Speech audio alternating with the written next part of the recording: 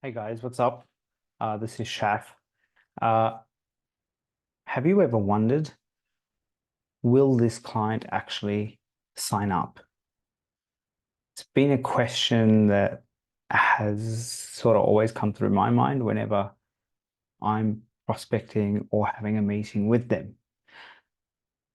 Now, there are a number of qualifying factors that you need to actually go through to be able to determine if this client is suitable or not. Now, I actually call these, and they are fairly well known as disqualifiers or qualifiers, depending on the perspective you look at them from.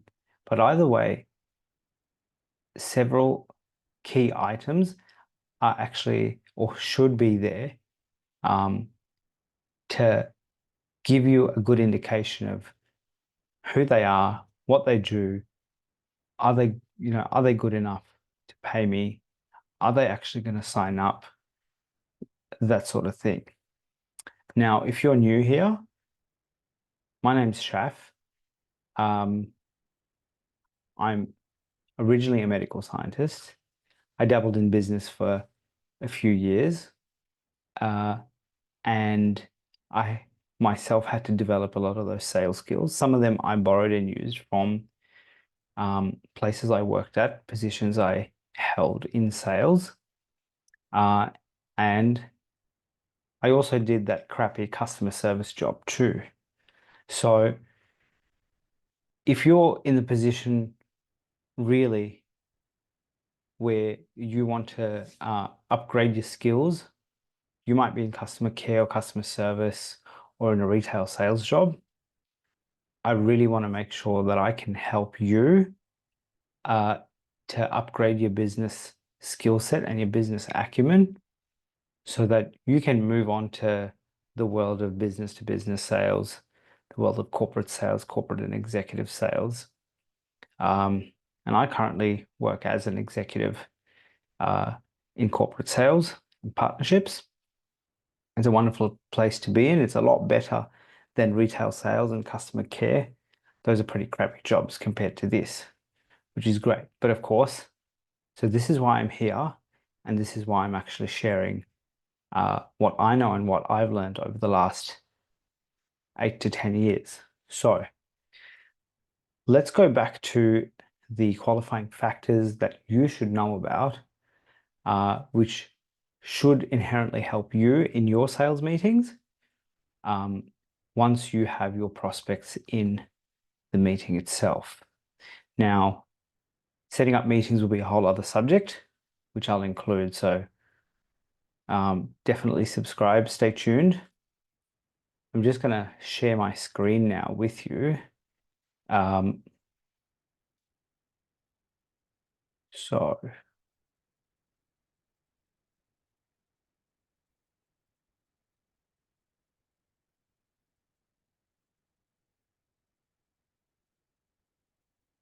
apologies, a little bit rusty at this.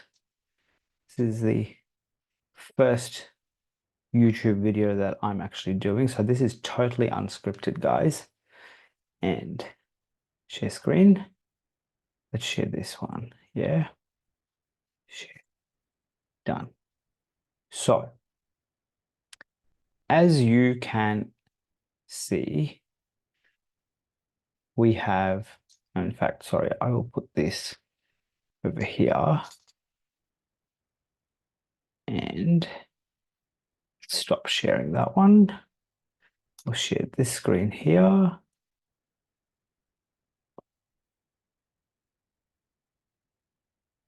Share screen. Cool. Done. Now, here we are. Let's blow this up just a little bit. Will your client really sign up and pay you? So there are 7 of these qualifying factors or disqualifying factors, whichever you choose to use in terms of terminology. But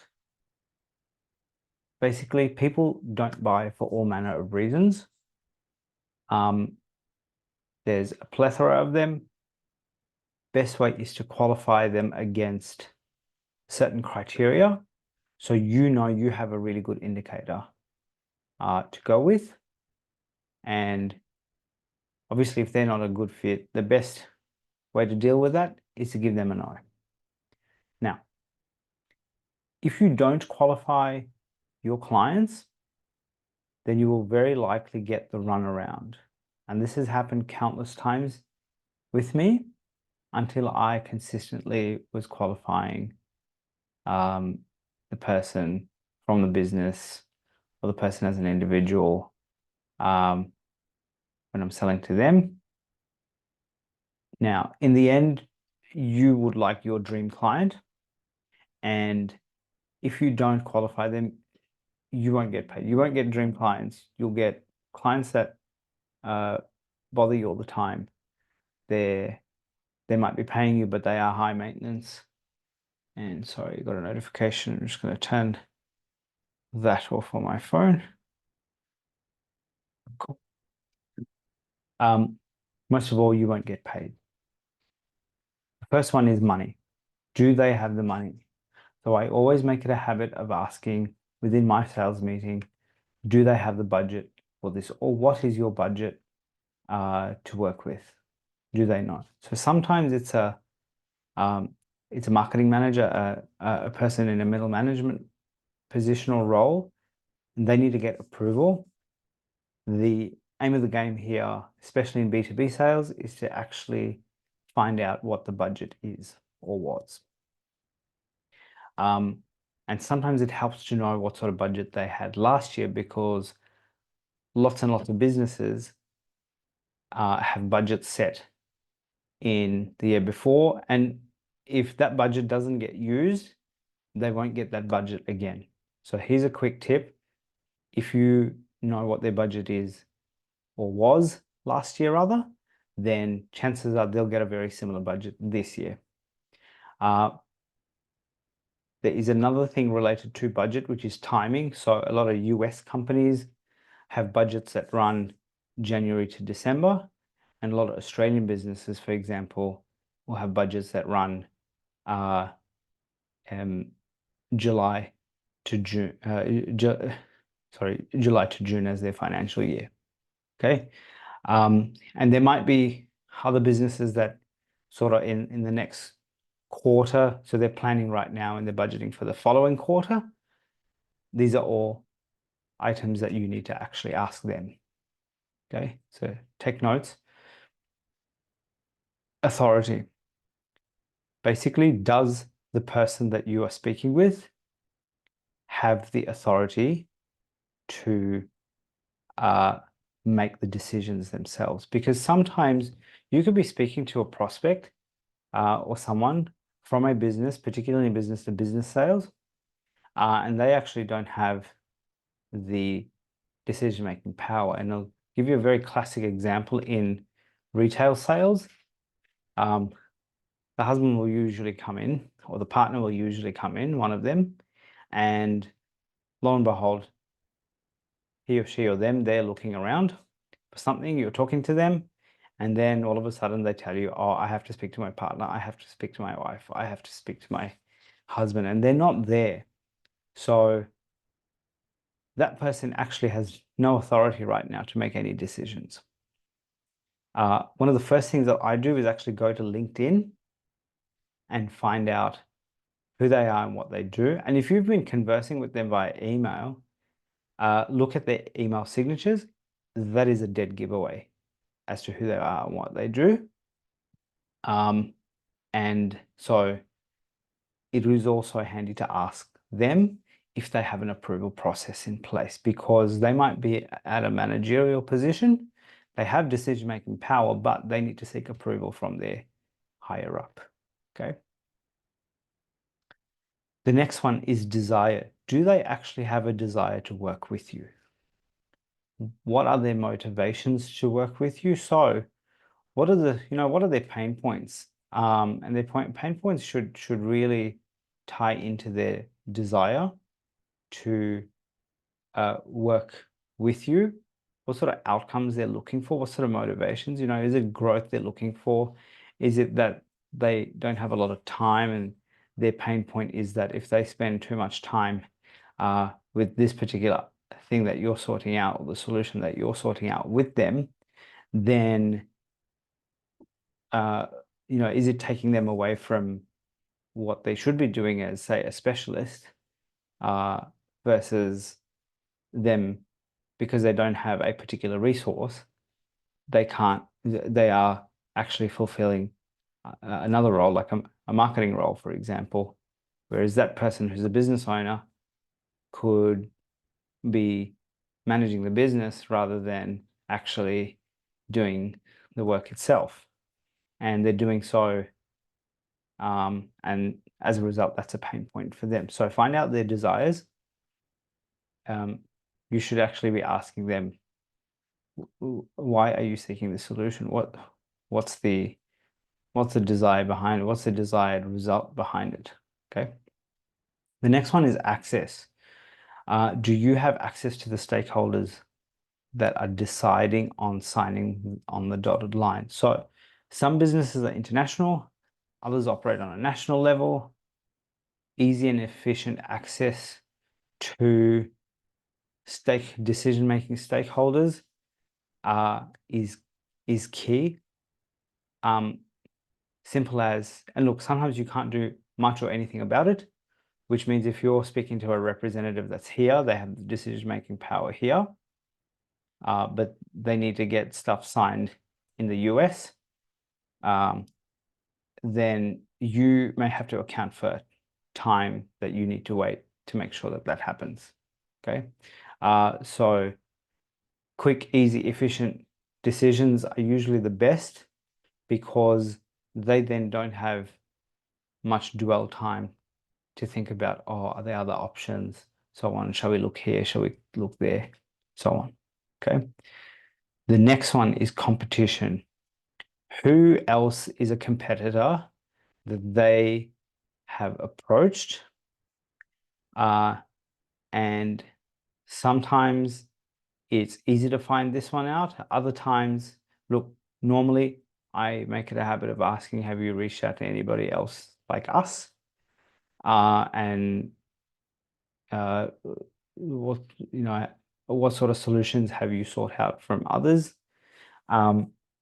And inherently, the more you stand out, the better your value proposition, the more specialist you are, the higher likelihood of you getting the deal signed. And I think alignment is really key, because you may have a competitor that they've gone to, but they don't really align with what they are doing and cannot carry on their values. So find out if possible.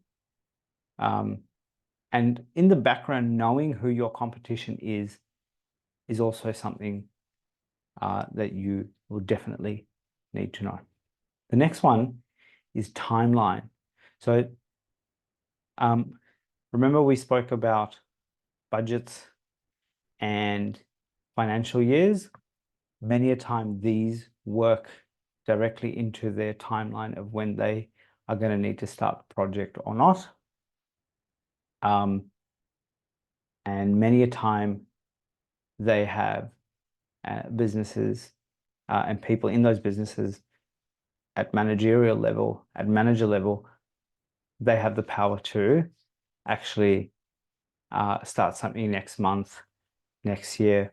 Best is actually to ask them, when are you looking to have this sort of project started off? There's a bonus step here that I've included, which is demand and supply. So always remember, when it comes to business sales, corporate deals, corporate partnerships, the higher the demand, the lower the supply of what you have to offer, the higher the price will be. It doesn't matter if it is a product or service. So knowing what sort of demand and availability that you have, sometimes limiting your availability so you can do far higher quality work, will lead to actually a higher price. Remember, people rarely choose the cheapest option. Some people always will. businesses that value results will rarely ever go with the cheapest option. So make sure you go and do your research around the competitor landscape, what you have to offer, what the market is pricing it at, what you want to price it at, and what you want to make out of, be it your small business, be it you as a professional in sales, or you just getting to know the landscape as you are transitioning from customer care into sales, into business to business sales and account management, so on. So go and do your research. Now, I teach my students how to make 6 figures in just 8 weeks. It took me a good 8 years to learn all of these things. And I do have a 6-figure mastermind blueprint. Subscribe here. Yes, you can do it all yourself if you like. There's lots and lots of bite-sized business advice around here that I will keep updating. But if you want to make that go really quickly, you want to see results from 8 weeks time onwards, then I have a crash course for this. I'll put some links in the show notes for you. And most of all, this can be life-changing. It is life-changing for me, but it took me a long time going from customer care, my old job, my old profession, being in business, then going into, I sold my businesses off, going sort of back to square one in customer care. Wasn't very nice. Yes, it was a different area, but customer service and customer care, it's okay for a little while. Then learning to develop those business to business and corporate and executive level skills when it comes to sales. It's life-changing for me because it allows me to afford certain things, to buy property, to have a better lifestyle, to be able to travel, and also progress in my career. So that's what I'm teaching. It's what I help you with. So if you want to help yourself actually upskill into, say, high ticket sales, you want to become a professional, you want to be more employable, you want to make more money, you want to increase your revenue, add a revenue stream into your business that's high ticket, then this is definitely for you. And we can make things happen within just 8 weeks. Also, please like and click on the subscribe button.